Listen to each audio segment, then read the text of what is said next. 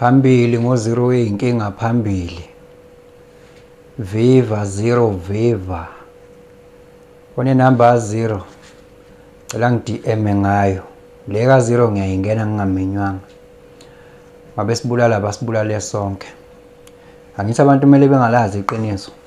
Kumele abantu bexaye behlupheke begqilazwe besakho i-energy bese belahlwa lapha befe be-reincarnate kuphindwe the same process.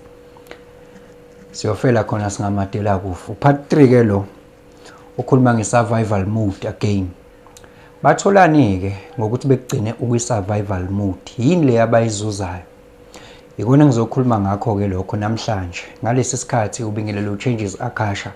Uthi kungenzeka noma yini noma inini noma kanjani kunoma ubani ngoba impilo ayisiyona lento ocabanga ukuthi iyona. Possibilities are infinite in the universe. Your own consciousness is your own limitation. Kukude lapho esisuka khona futhi kukude lapho esiya khona. Beka phansi umoya ungatatazeli uyabona. Uyakhumbula ke last time ukuthi ngithe lezi zinto zenziwa ngamabomu ukuthi energy yakho ihlezi la ezansi. Sebenzisa amandla ayidefender, thanda ukulwa, thanda ipleasure nocansi, thanda ukudla nokulala, basic survival, fear.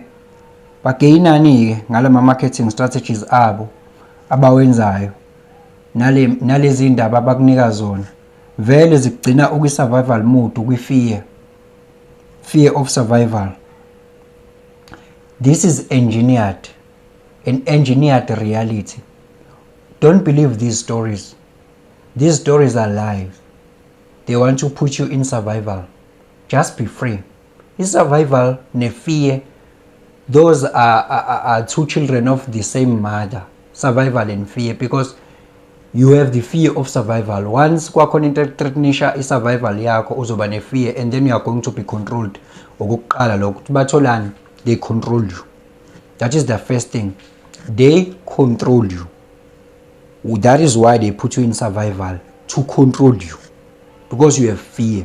You're gonna vote for them, you're gonna do whatever they say, so for you to be safe. Ne? Okuqala lokho. Okwesibili, indaba ye profit.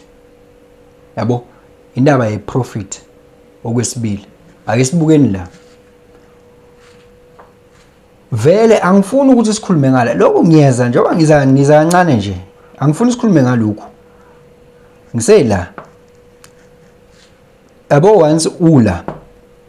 Vele ake sibuke la i-solar plexus le. Your energy is tied up down there.